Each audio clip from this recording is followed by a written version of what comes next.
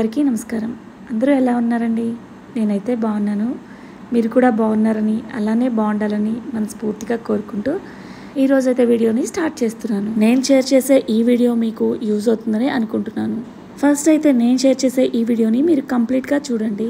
మీకు నచ్చినట్లయితే లైక్ చేయండి. అలానే మీకు యూజ్ అయిందంటే తప్పకుండా మీకు ఏ రకంగా నా వీడియో ఉపయోగపడుతుందో కామెంట్ చేయండి. ఇక ఈ వీడియోలో అయితే నేను నా బాడీని ఫిట్గా ఉండడానికి, అలానే హెల్తీగా రోజంతా యాక్టివ్గా ఉండడానికి ఇలా ఎక్సర్సైజ్తో పాటు నేను తీసుకునే ఫుడ్ని మీతో షేర్ చేసుకోవాలి అనుకుంటున్నాను. రోజు నైట్ బాగా లేట్ అయిపోతుంది. సో మార్నింగ్ అయితే అస్సలు లెగవలేను అలా లేట్ అయినప్పుడు. ఇక మార్నింగ్ స్కూల్స్ ఉంటాయి కాబట్టి బాక్స్ ప్రిపరేషన్లో బిజీగా ఉంటాము. సో నేనైతే 6 o'clock లెగుస్తాను. లేచి బాక్స్ ప్రిపరేషన్ చేస్తాను. మా వాడు స్కూల్కి వెళ్ళిన తర్వాత పనులన్నీ కంప్లీట్ చేసుకొని ఫస్ట్ అయితే నా మార్నింగ్ రొటీన్ ఇలా ఎక్సర్సైజ్తో స్టార్ట్ చేస్తాను. ఫస్ట్ అయితే మనం బాడీకి వార్మప్ ఇవ్వాలి, అందుకని ఫస్ట్ అయితే ఎక్సర్సైజ్ చేస్తున్నాను. ఇంతకుముందు వీడియోస్లో కూడా ఇలా డిఫరెంట్గా ఎక్సర్సైజెస్ అనేవి మీతో షేర్ చేసుకున్నాను. రోజు ఒకేలా చేస్తే బోర్ కొడుతుంది, అందుకని కొంచెం డిఫరెంట్గా ఇలా ప్లాన్ చేసుకుంటాను. నేను ఏ ఎక్సర్సైజ్ చేసుకున్నా సరే బ్యాక్ అండ్ నెక్ స్ట్రెయిన్ అవ్వకుండా రిలాక్స్డ్గా ఉండడానికి ప్లాన్ చేసుకుంటాను. ఇక్కడ నేను చూపించే ఎక్సర్సైజ్ అన్ని కూడా బ్యాక్ పెయిన్కి మంచిగా రిలీఫ్ ఇస్తుంది. అలానే నాకు నెక్ పెయిన్ ఉందని చెప్పాను కదా, సో ఈ ఎక్సర్సైజ్ చేయడం వల్ల నెక్ దగ్గర మసాజింగ్ కూడా ఉంటుంది. మనం బాడీకి వర్కౌట్ చేసేటప్పుడు ఎప్పుడు కూడా ఎంప్టీ స్టమక్తోనే చేయాలి. నెక్స్ట్ ఇక్కడ ఒక ఎక్సర్సైజ్ చూపిస్తున్నాను. ఇదైతే చాలా బాగా పనిచేస్తుంది. దీన్ని విపరీతకరణి అని పిలుస్తారు. ఈ ఎక్సర్సైజ్ వల్ల చాలా బెనిఫిట్స్ ఉంటాయి. డైలీ ఈ ఎక్సర్సైజ్ చేయడం వల్ల మంచి రిజల్ట్ అయితే కనిపిస్తుంది. ఈ విపరీతకరణి ఎక్సర్సైజ్ని ఎవరైనా చేయొచ్చు, ఏజ్తో సంబంధం లేదనమాట. ఒక నడుముకి సర్జరీ అయిన వాళ్ళు మాత్రం కొంచెం అవాయిడ్ చేస్తే మంచిది. ఇంకా మిగతా వాళ్ళైతే ఏ ప్రాబ్లం లేకుండా ఈజీగా ఈ ఎక్సర్సైజ్ని చేసుకోవచ్చు. ఈ ఎక్సర్సైజ్ చేయడం వల్ల బెనిఫిట్స్ నేను ఛానల్ పెట్టిన స్టార్టింగ్లోనే చేశాను. దానికి సంబంధించిన లింక్ కింద డిస్క్రిప్షన్లో ఇస్తాను. ఇంట్రెస్ట్ ఉన్న వాళ్ళు చూడండి. నేను వర్కౌట్ చేసేటప్పుడు కంపల్సరీగా 20 minutes ఈ ఎక్సర్సైజ్కే నేను స్పెండ్ చేస్తాను. సో ఇలా చేయడం వల్ల బ్యాక్ అండ్ నెక్ చాలా రిలీఫ్ ఇస్తుంది. సో మసాజింగ్గా కూడా అనిపిస్తుంది. నాకు ఎలాగో నెక్ పెయిన్ ఉంది కదా, ఇది చేయడం వల్ల మంచి మసాజింగ్ అవుతుంది అనమాట. సేమ్ అదే పోజ్లో ఇంకా పద్మాసనం వేసి కూడా ఇలా సైడ్ బెండింగ్ చేసుకోవచ్చు. ఇలా చేయడం వల్ల నడుం దగ్గర ట్విస్ట్ అవుతుంది. బ్యాక్ పెయిన్ ఉన్న వాళ్ళకి మంచి రిలీఫ్ ఇస్తుంది అనమాట. నేనైతే డైలీ 20 minutes ఏ ఎక్సర్సైజ్ చేసినా చేయకపోయినా 20 minutes అయితే ఇదైతే కంపల్సరీగా చేస్తాను. ఒక్కొక్క లెగ్కి ఏ ఎక్సర్సైజ్ అయినా 30 counts పెట్టుకొని చేస్తాను. ఇంకా ఫైనల్గా ఇదైతే నేను లాస్ట్లో చేస్తాను అనమాట. సూర్య నమస్కారాలు కంప్లీట్ అయిన తర్వాత ఇంకా బ్యాక్ అండ్ నెక్ కొంచెం స్ట్రైన్ అనిపిస్తుంది. సో ఇలా ప్రెస్ చేసి గోడకు ప్రెస్ చేయడం వల్ల చాలా రిలీఫ్ ఇస్తుంది. సో ఈ రోజు అయితే 1 hour వర్కౌట్ చేసిన తర్వాత ఒక 10 minutes అలా రెస్ట్ తీసుకొని ఇంకా నెక్స్ట్ నా రొటీన్ వచ్చేసి జ్యూస్ తీసుకుంటున్నాను. క్యారెట్, టమాటో, చిన్న అల్లం ముక్క, అలానే టేస్ట్ కోసం ఆమ్లా వేసుకుంటున్నాను. ఇవి జ్యూస్ చేసి ఫిల్టర్ చేస్తున్నాను. ఇష్టం ఉంటే అలా డైరెక్ట్గా అయినా తాగొచ్చు. సో ఫిల్టర్ చేయాల్సిన అవసరం ఉండదు. సో నేనైతే ఇంకా డైలీ బోర్ కొట్టిందని చెప్పేసి ఇంకా ఇలా ఫిల్టర్ చేసి అయితే జ్యూస్ తీసుకుంటున్నాను. వర్కౌట్ కంప్లీట్ చేసుకొని ఇలా జ్యూస్ చేసుకొని ఇంకా రిలాక్స్ అవుతూ ఫోన్ చూసుకుంటూ ఈ జ్యూస్ని అయితే ఎంజాయ్ చేస్తాను. అలా ఒక 15 minutes రిలాక్స్ అయిపోయి ఇంకా బ్రేక్ఫాస్ట్ అయితే ప్లాన్ చేస్తాను. సో ఈరోజు మా బ్రేక్ఫాస్ట్ వచ్చేసి రాగి ఇడ్లీకి పల్లీ చట్నీ కాంబినేషన్. పల్లీ చట్నీ కొంచెం స్పైసీగా ఉంది, అందుకని చెప్పేసి నేను పక్కన కీరా కట్ చేసుకున్నాను. డైలీ మా రొటీన్లో 9:30కి బ్రేక్ఫాస్ట్ కంపల్సరీగా అయిపోతుంది. సో 9:45 కల్లా మా హస్బెండ్ ఆఫీస్కి వెళ్తారు. నెక్స్ట్ ఇక్కడ వచ్చేసి 11:30 to 12 o'clock అనమాట. 12 o'clockకి మా వాడు స్కూల్ నుంచి వస్తాడు.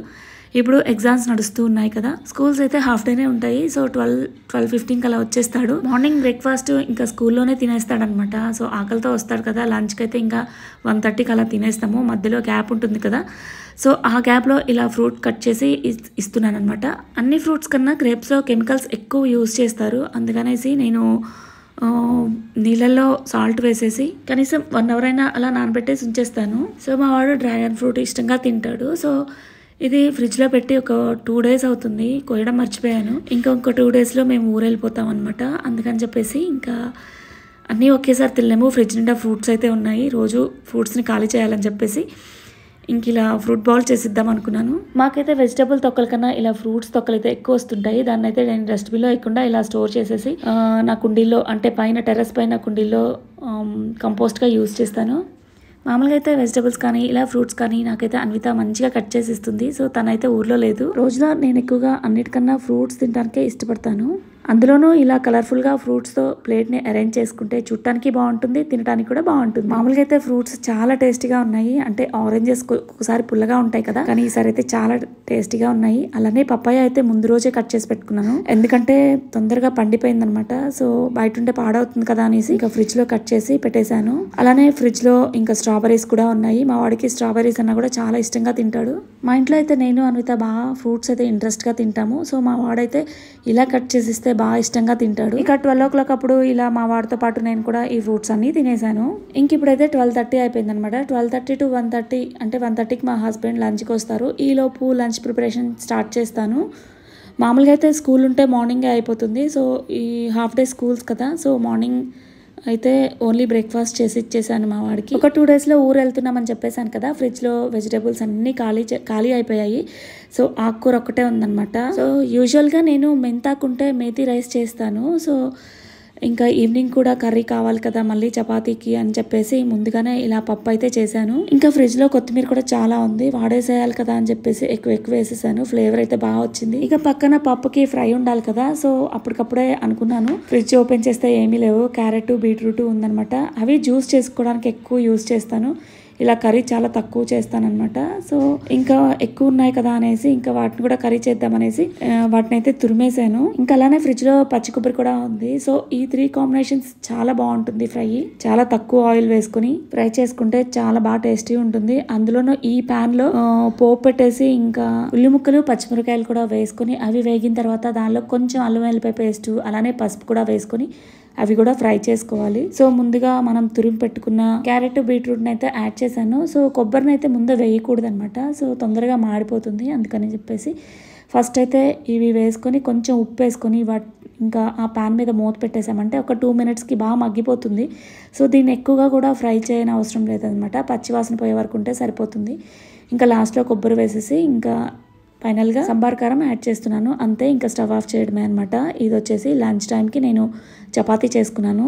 డైలీ రోజులో ఎన్నిసార్లు ఇలా చపాతీ తినమన్నా తినేస్తాను. చపాతీ అంటే అంత ఇష్టము. సో రైస్ కన్నా కూడా చపాతీకే ఎక్కువ ప్రిఫరెన్స్ ఇస్తాను. అయితే చపాతీ ఎక్కువ కర్రీ అలానే కొంచెం కర్డ్ రైస్ తింటానమాట. మనం రోజు ఫుడ్ తీసుకునేటప్పుడు కర్రీ ఎక్కువ క్వాంటిటీ తీసుకున్నామంటే మనం ఎక్కువ అన్నం కూడా తినాల్సిన అవసరం ఉండదు. తక్కువ క్వాంటిటీతో అంటే రైస్ తక్కువ క్వాంటిటీ, కర్రీ ఎక్కువ క్వాంటిటీతో తినాలి. ఇక పక్కన పెరుగులో ఇలా గ్రేప్స్ అండ్ దానిమ్మ గింజలు వేసుకుంటే ఫ్లేవర్ టేస్ట్ చాలా బాగుంటుంది. అలా కలిపిన ఫ్రూట్స్ని ఇంకా పెరుగుతో అలా డైరెక్ట్గా తినేసేయచ్చు అనమాట. నాకు చాలా ఇష్టం. సో ఈ రోజు మా లంచ్ వచ్చేసి ఇక్కడున్న ఐటమ్స్తో కంప్లీట్ చేశాను. నెక్స్ట్ అయితే ఈవినింగ్ స్మూతీ, మా వాడికి స్మూతీ చేసిస్తున్నాను. సో బనానాస్ అయితే చాలా ఉన్నాయి. అలానే కలర్ కోసం అయితే మధ్యాహ్నం కట్ చేసిన డ్రాగన్ ఫ్రూట్ ఉంది, అందుకని చెప్పేసి మా వాడికి కొంచెం డిఫరెంట్గా ఇలా కలర్తో కనిపిస్తే తాగుతాడనేసి డ్రాగన్ ఫ్రూట్ కూడా యాడ్ చేశాను. ఇంకా బనానా, డ్రాగన్ ఫ్రూట్ అలానే మిల్క్ యాడ్ చేసి ఇంకా బ్లెండ్ చేస్తే ఇలా స్మూతీ అయిపోతుంది. దాని మీద బూస్ట్ వేసి ఇచ్చాను. ఇంకా నెక్స్ట్ ఫ్రిడ్జ్లో స్ట్రాబెరీస్ ఎక్కువ ఉన్నాయని చెప్పాను కదా, అవి ఎక్కువ రోజులు కూడా నిల్వ ఉండవు అనమాట. వాటిని ఏం చేయాలని ఆలోచిస్తూ ఒక ఐడియా వచ్చింది. సో ఇలా జామ్ చేద్దామనేసి ఇంకా అప్పటికప్పుడు ఇలా ప్లాన్ చేశాను. సో జ్యూస్ చేసినా ఎక్కువ తాగలేం కదా, అంటే పుల్లగా ఉన్నాయి, అందుకని ఇలా జామ్ చేస్తే దానిలో ఇంకా షుగర్ వేస్తాం కాబట్టి అంత పులుపు ఉండదు. ఫస్ట్ అయితే స్ట్రాబెరీస్ని నీట్గా కడిగేసి కొంచెం ముక్కలుగా కట్ చేసుకొని ఇంకా ఈ ప్యాన్లో వేసి కొంచెం నీళ్ళే వేసి మూత పెట్టేశాను. తర్వాత చూస్తే ఇలా అయిపోయాయి. అవి చాలా మెత్తగా ఉంటాయి కదా, సో తొందరగా ఇలా స్మాష్ అయిపోతాయి అనమాట. సో ఇలా మొత్తం ఒక 5 minutesకి ఇలా అయిపోయింది. ఆ వేడి మీదే సుమారుగా ఒక 5-6 స్పూన్లు షుగర్ యాడ్ చేసేసి ఇంకా మిక్సీలో బ్లెండ్ చేశాను. సో అదంతా చల్లగా అయిపోయిన తర్వాత బ్లెండ్ చేశాను అనమాట. ఇక దాన్ని గాజు సీసాలో స్టోర్ చేసుకున్నాను. స్ట్రాబెరీస్ని ఉడికించేటప్పుడు ఆ స్మెల్ కొంచెం అదలా అనిపించింది, కానీ ఫైనల్గా ఇలా షుగర్ కలిపి ఇంకా పేస్ట్ చేసిన తర్వాత టేస్ట్ అయితే బాగుంది.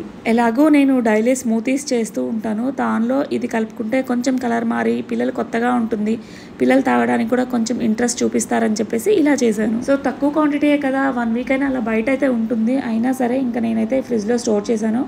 చూడటానికి అయితే చాలా కలర్ఫుల్గా ఉంది, టేస్ట్ కూడా జామ్ తిన్న ఫీలింగే ఉంది స్ట్రాబెరీతో. ఈ జామ్ని డైరెక్ట్గా పాలల్లో కూడా మిక్స్ చేసి పిల్లలకి ఇచ్చేసేయచ్చు అనమాట, ఇంట్రెస్ట్గా తాగేస్తారు. ఈవినింగ్ బనానా స్మూతీ చేశాను కదా, మా వాడితో పాటు నేను కూడా తాగేశాను. చాలా హెవీ అనిపించింది.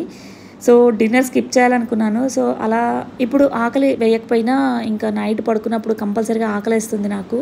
ఇప్పుడు వచ్చేసి 8 o'clock అవుతుంది. సో ఇంక ఇలా రాగి జావ చేసుకొని దానిలో ఇలా డ్రై ఫ్రూట్స్ అంటే బాదం కట్ చేసుకొని వేడివేడిగా ఉన్న రాగి జావలో ఇలా బాదం వేసుకుంటే బాగుంటుందన్నమాట. అలానే ఇంకా కర్డ్ కూడా వేసుకున్నాను, పెరుగు. సో వేడి మీద వేసుకున్నాను. ఇలా వేడివేడిగా రాగి జావలో పెరుగు వేసుకుని తింటే నాకు నచ్చుతుంది అనమాట. కొంచెం డిఫరెంట్ ఫ్లేవర్ ఉంటుంది. సో ఇలా రాగి జావతో నా డిన్నర్ డైలీ రొటీన్ ని కంప్లీట్ చేశాను. ఇంకా అలానే ఇప్పుడైతే ఒక మంచి టిప్ చెప్తున్నాను. టిప్ కాదు, ఇది అందరికీ తెలిసి ఉంటుంది. సో నేనైతే కంపల్సరిగా ఫాలో అవుతాను. నా హెయిర్ కేర్ టిప్ అనమాట. 2 స్పూన్లు మెంతులకి కొంచెం నీళ్లు కూడా యాడ్ చేసి అలానే పెరుగు కూడా యాడ్ చేసి నైట్ అంతా నానపెట్టేసి ఉంచేస్తాను అనమాట. ఇక మార్నింగ్ అయితే మెత్తగా అయిపోతాయి కదా, దాన్ని మిక్సీ వేసేటప్పుడు మందారాకులు యాడ్ చేశాను. పెట్టడం అంటే ఈ క్లిప్ పెట్టడం మిస్ అయింది. సో ఇంకా తలకు అప్లై చేసుకుని ఒక 1 అవర్ అయితే ఉంచుకున్నాను. తర్వాత షాంపూ వాష్ చేసుకుంటే సరిపోతుంది. మా చిన్నప్పుడు అయితే కుంకుడుకాయలతో వాష్ చేసుకునే వాళ్ళం, కానీ ఇప్పుడు షాంపూని యూజ్ చేస్తున్నాం కదా. ఇలా మెంతిపిండిని జుట్టుకు పెట్టడం వల్ల హెయిర్ అయితే బ్లాక్ గా, షైనీగా, థిక్ గా కనిపిస్తుంది. అలానే మన హెయిర్ రూట్ అనేది థిక్ గా ఉంటుంది. ఈ మెంతిపిండి తలకు పెట్టడం అనేది నా చిన్నప్పటి నుంచి నేను ఫాలో అవుతున్నాను అనమాట. చాలా బాగా పనిచేస్తుంది. మీరు కూడా తప్పకుండా ట్రై చేయండి. హెయిర్ ఫాల్ అయితే బాగా రెడ్యూస్ అవుతుంది. అలానే ఉన్న హెయిర్ థిక్ గా కనిపిస్తుంది. ఇంకా ఈ వీడియో ఇంతటితో కంప్లీట్ చేస్తున్నాను. వీడియో నచ్చితే లైక్ చేసి అలానే కామెంట్ చేయడం మర్చిపోవద్దు. మరొక వీడియోతో మళ్ళీ కలుద్దాం. Thank you for watching and stay tune.